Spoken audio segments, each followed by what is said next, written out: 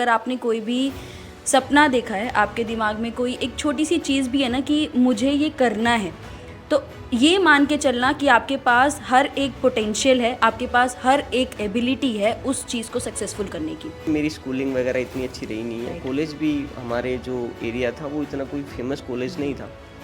तो वहाँ से जब मैंने तो शुरू में इंग्लिश पढ़ने में बहुत दिक्कत आती थी। जब मैं पोस्ट ग्रेजुएशन में गई थी तो मुझे CSIR नेट के बारे में मेरे सीनियर्स ने बताया था, और उसके बाद पता करने के बाद भी मुझे एटलीस्ट एक सेमेस्टर तो समझने में लग गया, अच्छा ऐसा कोई एग्ज़ाम होता भी है। तो उनके 3-4 अटेम्प्ट के बाद भी क्वालिफाई नहीं हो रहा था, तो सोचा कि बहुत ही डिफ़िकल्ट एग्ज़ाम होगा। उसने मेरे को वहाँ पे ले जाके पढ़ाया, बहुत सारी चीज़ें बोल रहा था वो कि मेरी फ्रेंड ने मेरे को ये भी समझाया, तो मैं सोच रहा कि यार ऐसी फ्रेंड तो सबके पास होनी चाहिए। Hello everyone, welcome back to our beautiful platform of PWIT JAM and CSIR NET. So आज हम कुछ डिफरेंट करने वाले हैं। नॉर्मली हम बहुत सारी बातें करते हैं, हम बहुत सारी पढ़ाई करते हैं, आपको बहुत सारी गाइडेंस देते हैं, बट आज गाइडेंस का जो सोर्स है वो डिफरेंट होने वाला है, क्योंकि जिन्होंने उस चीज़ को, जिन्होंने हमारे पढ़ाई हुई चीज़ को अप्लाई किया है, उस चीज़ को सक्सेसफुल किया है, आज हम उनसे बात करेंगे। सो हम सब ने एक बहुत इंपॉर्टेंट कोट सुना है, जहाँ चाहा वहाँ रहा। सो इस चीज़ को अप्लाई करने वाले और अपनी लाइफ में इसे एग्जीक्यूट करने वाले शख्स हमारे साथ हैं, जिन्होंने हर एक सिंगल एग्ज़ाम जो CSIR नेट से लेकर, जो one of the most prestigious exams है हमारे लाइफ साइंसेस से लेकर, डिफरेंट लाइफ साइंसेस एग्ज़ाम्स को क्लियर करा है, और अपनी हर एक प्रॉब्लम को साइड करते हुए हर एक चीज़ को एज एन अपॉर्चुनिटी लिया है और अपने हर एक सिंगल एग्ज़ाम को क्वालिफाई किया है। सो इंट्रोड्यूस करने से पहले मैं बता दूं, इन्होंने क्वालिफाई किया है CSIR नेट JRF को। स्टार्ट किया था LS से, लास्ट ईयर इनके पास LS था और इस साल इनके पास JRF है, वो भी with all India rank of 62। इन्होंने क्वालिफाई किया है DBT JRF, इन्होंने क्वालिफाई किया है ICMR JRF, ASRB NET, GATE LS and even बाग साइंटिस्ट एग्जाम। सो बहुत बड़ी लिस्ट है, एंड इवन अगर सक्सेस यहाँ से शुरू हुई है तो बहुत लंबा रास्ता भी है और बहुत सारी सक्सेस ऑन द वे भी हैं। सो हमारे साथ हैं हमारे स्टूडेंट ऋत्विक, जो आपको बताएंगे उनकी जर्नी कैसी रही हमारे साथ और इन डिफरेंट एग्जाम्स की जर्नी कैसी थी। So welcome to the platform Ritwik. So introduction से स्टार्ट करते हैं सबसे पहले। सबसे पहले थैंक यू मैम आपको कि आपने हमें पढ़ाया, एंड थैंक यू उसके लिए भी कि आपने जो इतना अच्छा इंट्रोडक्शन दिया मेरा। तो उन सभी के लिए थैंक यू मैम। एंड मेरा नाम ऋतिक है, जैसा कि मैम ने बताया आपको। एंड मैंने जो भी मैम ने एग्ज़ाम बताए हैं वो सभी मैंने क्वालिफाई किए। एक दो एग्ज़ाम जैसे कि गेट बायोटेक्नोलॉजी और एक दो एग्ज़ाम और होंगे शायद, जो अभी मुझे याद नहीं है, वो भी मैंने क्वालिफाई किए हैं। लाइफ साइंस की है, तो ये सभी एग्ज़ाम मैंने क्वालिफाई किए। और मैंने मास्टर्स बायोकेमिस्ट्री से किया है सेंट्रल यूनिवर्सिटी ऑफ हरियाणा से। 2022 में मैं पास आउट हुआ था। So actually he is my junior also.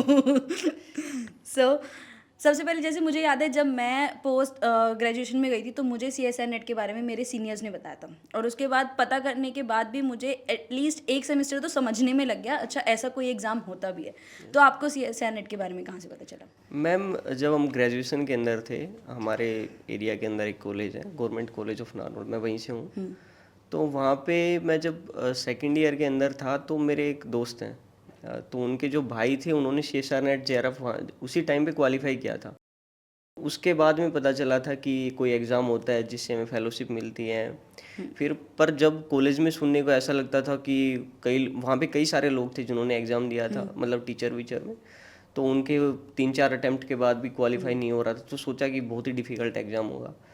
तो यही है मैम, तभी मैंने ग्रेजुएशन के टाइम पे मुझको पता चला। सो दैट इज़ मन के हारे हारे मन के जीते जीत। जो आपका माइंडसेट होगा वही आपका एंड रिजल्ट होगा। सो हम ये बहुत बार अपनी क्लासेस में भी बोलते हैं, और हर एक फैकल्टी आपको ये चीज़ समझाता है, जो चीज़ आपके दिमाग में होगी ना वही चीज़ आपके सामने प्रेजेंट होगी, वही आपकी लाइफ में आएगी। अगर आप एक्सक्यूजेस ढूंढ रहे हो तो आपके एक्सक्यूजेस ही बढ़ने वाले हैं, और अपॉर्चुनिटीज़ ढूंढोगे तो अपॉर्चुनिटीज़ ही बढ़ने वाली है।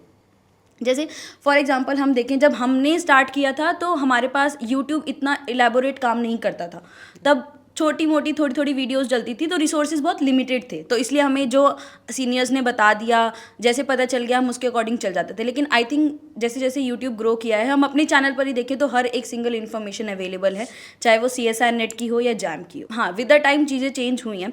सो रिसोर्सेज की बात शुरू करिए तो रिसोर्सेज पर ही चलते हैं। क्या क्या रिसोर्सेज यूज़ किए? मैम उस टाइम पे जब मैंने स्टार्ट किया था, सबसे पहले अगर मैं आपको पढ़ाई की बात करूं कि मैंने लाइफ साइंस में पढ़ाई कब शुरू की थी, तो ग्रेजुएशन के लास्ट ईयर में याद। ग्रेजुएशन के लास्ट ईयर में, लास्ट सेमेस्टर में, जिस टाइम पे कोरोना भी आया था 2020 के अंदर में, तो तब से मैम ऐसा था नहीं कि यूट्यूब पे सारी चीज़ें अवेलेबल थी। क्लासेस जो थी वो नीट के ऊपर तो अवेलेबल थी, नीट के लिए तो when it come to masters और नेट के लिए तो बहुत ही लिमिटेड सोर्सेज अवेलेबल थे। कोई अगर किसी टॉपिक पे हम वीडियो निकालने की कोशिश करें तो बहुत मुश्किल था कि वो वीडियो मिले हमको।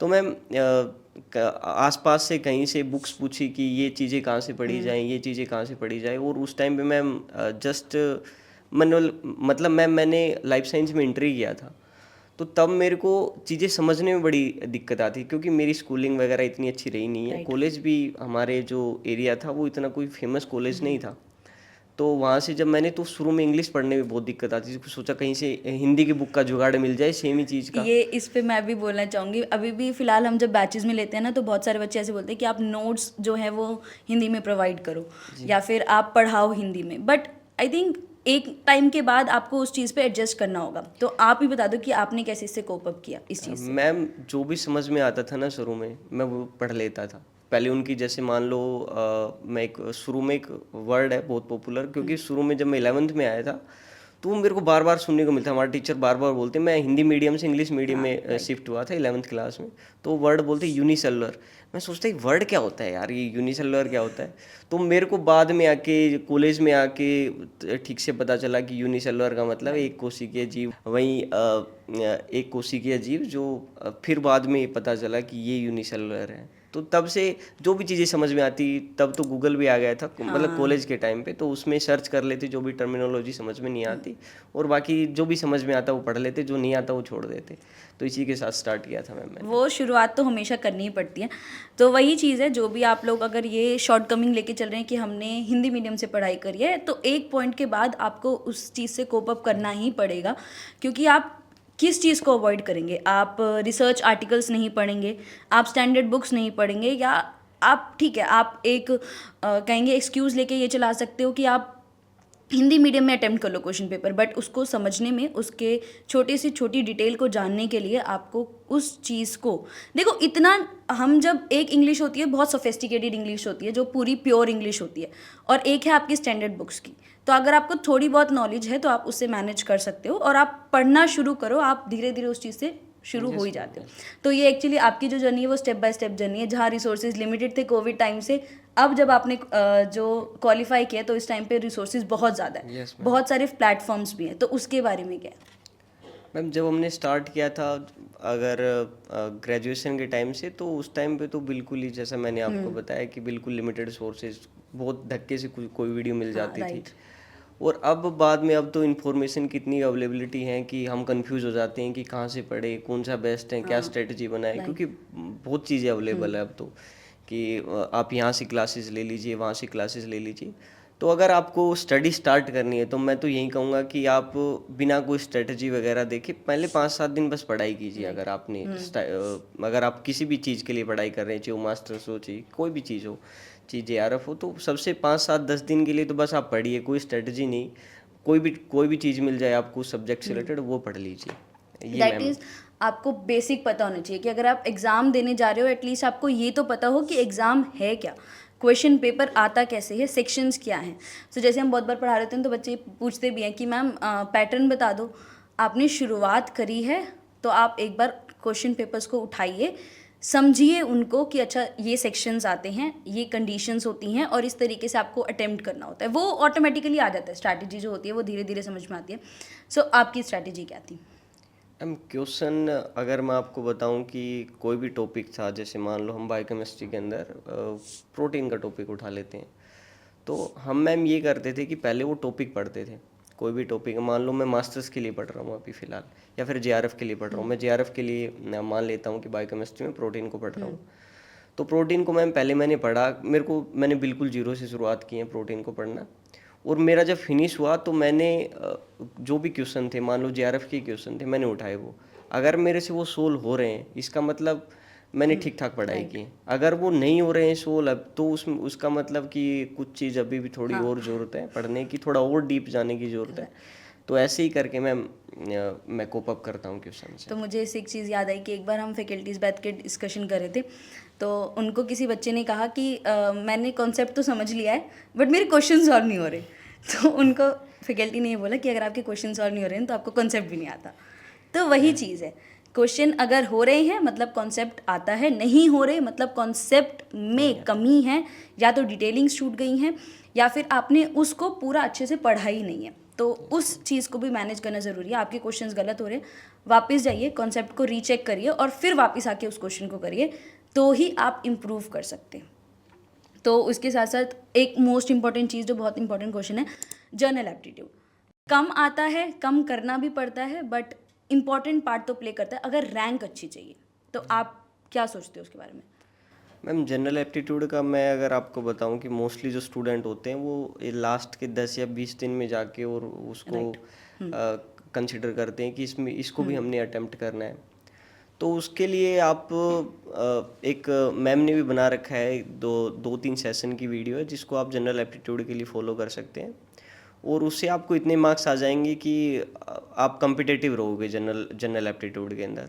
तो वहाँ से पढ़ सकते हो, और भी बहुत सारी चीज़ें हैं, आप एक दो टॉपिक जो है, या फिर आप सिर्फ क्वेश्चन सोल्व करके जा सकते हो। अगर आपने कुछ भी नहीं पढ़ा है तो आप जनरल एप्टीट्यूड को बस एक बार देख के निकल सकते हो, आपके 4 से 5 क्वेश्चन तो वैसे ही सोल्व हो जाएंगे। तो आप मोस्टली अगर 70-80 परसेंटाइल में बात करो तो आप आ जाएंगे फिर वहाँ पे। तो ऐसे करके आप सोल्व कर सकते हैं जनरल एप्टीट्यूड को, मेरा ही हाँ, मतलब थोड़ा सा टाइम इन्वेस्ट करो और मतलब हर साल ना सेम क्वेश्चन रिपीट होता है, यस मैम। क्वेश्चन चेंज हो जाएगा, न्यूमेरिकल चेंज हो जाएगा, पर पैटर्न वही रहेगा। तो वो 4-5 पैटर्न भी अगर आपने कर लिए तो आप सॉर्टेड रहते हो हमेशा यस के लिए। Ma'am, yes ma'am. सो इसके साथ साथ कि जैसे बहुत बार ना एग्ज़ाम आता है, जैसे CSR नेट अभी आएगा जून वाला, तो उससे पहले इसी लाइनअप में DBT भी था, तो अभी कुछ टाइम बाद ICMR भी आ जाएगा। सो बच्चे बहुत बार बोलते हैं कि एक ही टाइम पे क्या हम इतने सारे एग्जाम्स की प्रिपरेशन कर सकते हैं, क्योंकि आपने साइमल्टेनियसली सारे क्वालिफाई किए। तो आप इसको बेटर बता सकते हो कि क्या स्ट्रैटेजी होनी चाहिए? मैम मैं ही करता था सारे जो एग्ज़ाम है, DBT है, CSIR है, ICMR है, तो इन सब में ना ऑलमोस्ट का एक पैटर्न होता है क्वेश्चन पूछने का। और कुछ जो सब्जेक्ट होते हैं वो सारे एग्जाम में पूछे जाते हैं, जैसे बायोकेमिस्ट्री हो जाती है, मोलिकुलर बायोलॉजी थी, मस्ट है, ये सभी एग्जाम में पूछी जाती हैं। अगर मैं ICMR और इसकी डिफरेंस की बात करूँ, CSIR नेट JRF की, तो डिफरेंस आता है इकोलॉजी और इवोल्यूशन में, और डेवलपमेंट बायोलॉजी में थोड़ा बहुत वो लोग कम पूछते हैं, CSIR नेट में ज़्यादा पूछी जाती हैं। तो इन सब टॉपिक को छोड़ के आपने पहले पढ़ा है, आपके पास ICMR के लिए अगर मान लो 50 दिन भी बचे हैं अगले आने वाले एग्जाम के लिए, तो उसमें आप सिर्फ उन चीज़ों पे फोकस कर सकते हैं जो सिर्फ ICMR में आने वाली है, और लास्ट में जो ICMR CSIR के लिए आपने पढ़ा है उसको आप रिवाइज कर सकते हैं आप। तो वो चीज़ें आपकी ICMR के लिए भी कवर हो गई, और लास्ट के कुछ दिनों में आप ICMR के क्वेश्चन पेपर देख सकते हैं, जिसके आपको पता लग जाएगा कि आप उनके जो क्वेश्चन है वो कैसे सोल्व करें। तो ऐसा करके आप basically that is about a good planning. जितना प्लान सॉर्टेड आप अपने दिमाग में हो उतना ही आप प्रेजेंट करोगे। आपको पता होना चाहिए पहले से ही, आई थिंक सबसे पहली चीज़ तो आपको पता होना चाहिए कौन सा एग्ज़ाम कब होता है, तो ही आप उसकी प्लानिंग कर सकते हो। और साइमल्टेनियसली हो भी जाता है, बट थोड़ा थोड़ा 10% का डिफरेंस हर एग्जाम में है, 90% तो सबका सेम ही है, जैसे बताया ऋतिक ने। तो वही चीज़ है। तो आप एक एग्जाम तैयारी करते हो, अगर आप CSR नेट की तैयारी भी कर रहे हो तो आप मोस्टली सभी एग्जाम्स की तैयारी कर रहे हो और 90% तैयारी कर रहे हो। 10% का जो डिफरेंस है वो आपके PYQ से क्लियर हो ही जाता है। सो ये एक बहुत अच्छा प्लान है जो डिस्कस है। और उसके साथ साथ अभी इतनी सारी अगर एग्जाम्स क्वालिफाई किए तो इतनी सारी अपॉर्चुनिटीज़ भी सिलेक्ट करने के लिए हैं। सो क्या प्लान्स हैं? मैम पहले जब MSc के जस्ट बाद में पास आउट हुआ था तो मेरा कोई PhD के लिए प्लान था नहीं मैम। मैं एक्सप्लोर कर रहा था कि अलग अलग चीज़ें, क्योंकि हमारा जो मास्टर्स का टाइम था उसमें कोरोना आ गया था, उसमें CSIR का एग्ज़ाम हुआ नहीं था। तो लगा कि बहुत टाइम है, बहुत टाइम है, बहुत टाइम। फिर एकदम से जब डिसर्टेशन के अंदर गए लास्ट के 6 महीने के लिए, तो तब पता चला कि टाइम तो है ही नहीं। फिर डिसर्टेशन भी करनी थी और CSIR नेट के लिए भी पढ़ना था। तो तब थोड़ा बहुत टाइम निकाल के थोड़ा टाइम निकाल के और डिसर्टेशन में पढ़ते थे। तो जस्ट जब एग्ज़ाम हुआ था 2022 में, तो मैंने LS निकाल लिया था। अभी मैम मैं PhD के लिए कमिटेड हो चुका हूँ। कमिटेड हो चुके हैं कि अब PhD करनी है। तो हाँ, क्या कौन सी फील्ड ऑफ PhD बहुत इंटरेस्ट करती है, कौन से रिसर्च में बहुत इंटरेस्ट करता है? जनरली जो मेरी टीचर थी वो कहती थी कि you should be go for 2 to 3 field, क्योंकि हो सकता है कि आपको एक फील्ड में मिले नहीं। तो 3-4 फील्ड, एक है मोलिकुलर बायोलॉजी जिसमें करना चाहता हूँ, एक है न्यूरोसाइंस, और एक है स्टेम सेल रिसर्च जिसमें मैं आगे जाना चाहता हूँ। ये 3 फील्ड है मेरे। तीनों मोस्ट इंपॉर्टेंट फील्ड्स हैं और ब्लूमिंग फील्ड्स हैं तीनों की तीनों की। अब रिसर्च जो है वो शुरू हो रही है। सो आप जब भी देखेंगे कि बहुत क्लैरिटी होनी चाहिए, और ये बहुत इंपॉर्टेंट चीज़ है कि आपको पता होना चाहिए कि आपका इंटरेस्ट कहाँ पर है। अगर आपका इंटरेस्ट है तो आप डेफिनेटली अपने लिए एक सोल्यूशन, एक इंस्टीट्यूट, सब कुछ ढूंढ लेंगे। तो clarity of mind is very important, जो मुझे सबसे अच्छी लगी कि ये भी क्लैरिटी थी कि सब कुछ फोड़ के दिखाना है, और ये भी क्लैरिटी है कि अब यही करना है। सो ये बहुत अच्छी चीज़ है। तो जैसे आपने बोला था कि आपने डेजर्टेशन के लास्ट में शुरू करी प्रिपरेशन, तो अभी बहुत लास्ट टाइम ही है, यस मैम। 50 to 60 डेज, तो क्या स्ट्रैटेजी? स्टार्टिंग में मैम क्या था कि डिसर्टेशन का काम बहुत ज़्यादा हो रहा था, तो उसके साथ में समझ में नहीं आ रहा था कि कोप अप कैसे करें स्टडीज़ को भी। तो लास्ट में नहीं, बीच में मार्च के आसपास में मैंने एक वो स्ट्रेटजी निकाली कि 12 घंटे मैं CSIR के लिए पढ़ूंगा और 12 घंटे मैं मेरी डिसर्टेशन का काम करूंगा। तो मैं ये करता था कि रात को 12 से ना हमारी क्लासें ख़त्म होती थी, हमारी क्लासें होती थी जो लैब की क्लासेस जो ऑलमोस्ट 12 बजे ख़त्म होती थी रात को। ओ भाई। तो उसके बाद में मैं इसके लिए स्टार्ट करता था CSIR नेट के लिए, तो 2-3 घंटे पढ़ता था, फिर मैं सो जाता था। फिर सुबह उठ के 1-2 घंटा पढ़ता था, फिर लैब जाता था और शाम तक लैब में, और फिर आके लैब का काम करना पड़ता, क्योंकि आते ही क्लासेस स्टार्ट हो जाती थी शायद 10 बजे के आसपास में स्टार्ट करते थे हम लोग, 10 से 12 फिर क्लास होती, तो ऐसे ही शेड्यूल चलता था। मैं सबसे ज़्यादा बोलती हूँ कि अपनी स्लीप को मैनेज करना बहुत इंपॉर्टेंट है। यहाँ मैं देख रही हूँ कि 3-4 घंटे नहीं चलाने से भी मैं काम हो लैब जाता से आके और फिर सोता था मैं जैसे 6 बजे के आसपास आई, फिर 5 बजे के आसपास आई, तो उसके बाद में आके सो जाता था, तो बीच में टाइम बचता था। Good time management basically.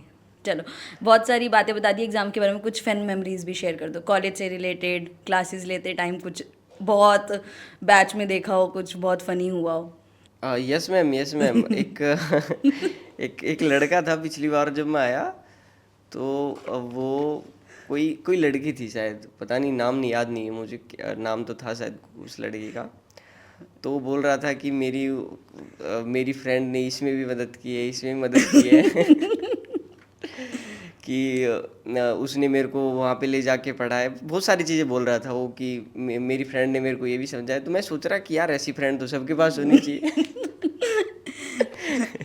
तो यही है मैम, यही यहाँ की एक मेमोरी है। मतलब ऑब्वियसली आपकी जर्नी में सिर्फ आप अकेले नहीं चलते हो, बहुत सारे लोग आपके साथ चलते हैं। Yes ma'am. और बहुत सबका कंट्रीब्यूशन होता है, तो सबसे इम्पोर्टेंट चीज़ यही है। तो सबके लिए एडवाइस क्या होगी, जो क्योंकि अभी जून में आने वाला है? मैम एडवाइस, बहुत सारे बच्चे होंगे जिन्होंने अभी पढ़ना स्टार्ट ही किया होगा, तो उनके लिए ये है कि आपके पास 50 दिन बचे हैं। आप अगर 4 यूनिट अगर तैयार करके जाते हैं, तो आप अगर JRF नहीं तो आप कम से कम नेट तो निकाल ही लेंगे। और अगर जो लोग पढ़ रहे हैं, जिन्होंने अभी 5-6 यूनिट कर ली होंगी और कुछ और यूनिट करने की कोशिश कर रहे होंगे कि 1-2 यूनिट और हो जाएं, फिर हम एग्ज़ाम के लिए जाएं, तो मैं उनको ये कहूँगा कि आप 5-7 दिन 10 दिन और देख लीजिए, आपका जो नया सब्जेक्ट करने हैं वो कर सकते हैं आप।